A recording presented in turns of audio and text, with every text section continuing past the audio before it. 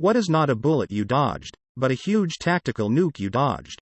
In uni, me and my two best friends were drinking, playing Mario Kart and just shooting the sh*t. We were hungry and wanted food. I said let's just make a tombstone pizza because we've been drinking and most delivery services were closed at 1:30 a.m. One said he's fine to drive. I said no, bad idea. He got the other guy to go with. McDonald's usually doesn't take 2 hours to get, so eventually I went for a scooter ride since McDonald's was less than 2 miles away. I notice there's a taped off spot on the bridge right before McDonald's with a crane, cops and an ambulance. They curbed the car and drove it off the bridge and into the shallow creek top first and died on impact. I dodged the nuke of death but ate the bullet of survivor's guilt for nearly 5 years. Edit. Whoa, was not expecting all the upvotes, awards and positive feedback. Thank you everyone who read this and felt something, because life is tough and you never know when it's the time. Have a nice day and thank you all. Edit. Based off the comments, I guess I have a few things to add. 1. I am doing good. Depression and fear of driving lasted a pretty long time. Moving back home for 2 semesters helped a lot versus being alone in the college apartment we shared. 2. It's those old razor scooters that you kick, not a moped or electric scooter. 3. I took the keys of the driver but he had a spare key and they left when I went to the bathroom. Got to the living room and they were gone. Looked out the window and his car was gone. Verbally said, Fouquet, what an idiot. His dad is going to be livid if he gets pulled over. My friends and I are all comfortable with firearms, and I've had a few friends ask if they can see my carry pistol when we're at my apartment. Every single time I've done it, I take the mag out, remove the one in the chamber, rack the slide a few times and dry fire at the ground, remove all the rounds from the mag, rack the slide again, dry fire at the ground again, and then I'll hand them the gun. After all that though, the first thing I tell them to do is clear it and make sure it's not loaded, so every time they'll rack the slide, verify there's no rounds in the mag or the chamber. Even then, the barrel is always pointed at the ground. I take 0 chances. The first time someone starts to point it up towards people, the gun is back in my hands. I was instilled a healthy fear and respect of firearms growing up, so I treat them as both a tool and a deadly weapon.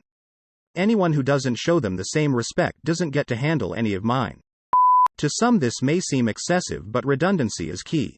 That one time you may forget one of the steps, it prevents catastrophe because you had redundant steps in your safety process. 10 out of 10. A few seconds of safety overkill is worth not accidentally shooting your boys. I had to have an argument, positive, recently over at friends about an hour away. They thought I was being foolish by driving my GF home and bringing her back the next morning to get her car before I had work. I simply said the inconvenience of a couple of hours now is way easier than the inconveniences, consequences of a DUI. Once I put it like that, they changed their tune completely. Survivor's guilt can be rough. My nephew was supposed to go on a camping trip with his best friend and a few other people last summer. He wasn't able to go for some reason. On the way back, horrible car crash, 3 of the 4 people in the car died. He took his own life back in February. 17 years old. Dude. My upstairs neighbor would run back and forth across their apartment for hours at 3 a.m. Like, WTF were they even doing? I went up there and knocked on the door to politely ask them to stop. Seriously, very politely, because maybe they didn't realize it. That's cool. So she goes to the management and says that I went out to my patio, climbed up 1 floor to her patio, and put stickers all over her plants and furniture. What? I was 3 floors up, and there was a concrete sidewalk with a fence that had spiky tops that if I fell, I could splat on the sidewalk or impale myself. That, and I was overweight, and couldn't climb up on her patio even if I wanted to do that. The manager of the complex came up to me and said to stop bothering her and told me of her accusations that I climbed up onto her patio, and told me to stop doing that. I was incredulous. Oh, the fun of apartment living. When I was 11 I started losing vision in my left eye, and eventually went completely blind in about 2 to 3 weeks. After lots of testing we found that I had a brain tumor in my left optic nerve that would likely spread quickly. They gave me a year and a half to live in the best case scenario with treatment. They got the eye surgically removed, started me on radiation and chemo, and luckily I responded well to it. Cancer's long gone, am now a cyclops, and happy to be disease-free. Had a GF who finally broke down and had a custom one made that was formed to her face, and now she's got a whole collection. Based on what she said, custom is the only way to go in order to make sure they don't rub uncomfortably on bits of your face. I had just moved to Colorado by myself, and for whatever reason my mom was encouraging me to get out of the app and go see the new Batman movie. That was the night of the theater shooting, and not only was that the theater, but it was also the showing I was considering going to. I stayed up late playing League of Legends instead and woke up to a lot of texts and missed calls. Probably not ideal for my family's blood pressure that I slept in pretty late that day too. But it leaves you with long-lasting damage to your mental health and your wallet, if you are into skins. And it also teaches you how to type fast just to flame your teammates, too. Too bad Riot removed. All chat sad face. It was the best thing that we had. My wife was supposed to be on a flight that crashed. Rescheduled to the next one, because a business trip took longer. I did not get that text message in time. That was not a fun day. Looking back, I am extremely glad I did not follow my first instinct when the flight made the news, to call her parents. They only learned about the full story the next day. A girl I knew in school was working in London in 2005. She hopped on the underground to get to work, and on the way there decided to get off and get the next home as she was feeling ill. The next stop her original train went through was targeted by a suicide bomber. She quit the job the same day and moved back home. I had some chest pains one night and woke up my wife to tell her. She got a little scared that it might be a heart attack, and we agreed that I should go to the ER. The nurses were pretty sure it was a false alarm but would run an EKG as is common practice.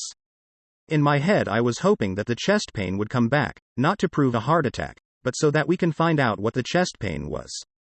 The EKG was done by one veteran nurse and a new nurse. I was watching over their shoulders. Something was flashing on the screen that made both nurses look at each other with disbelief. They ran it again and one nurse went out to the station for help.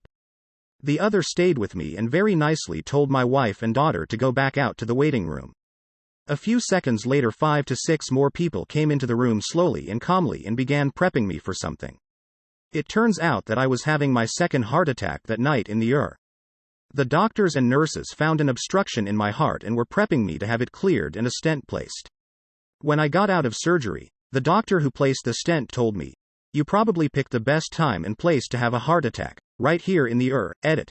Thank you to everyone for the upvotes and awards. If anything, this has taught me not to take your health for granted and get yourself checked out if you're not feeling well. Edit number 2. The funny bullet I dodged during this event was that the doctor told me that when they put in the stent, they can go one of two ways. One entry point in the wrist and the other point is in your crotch.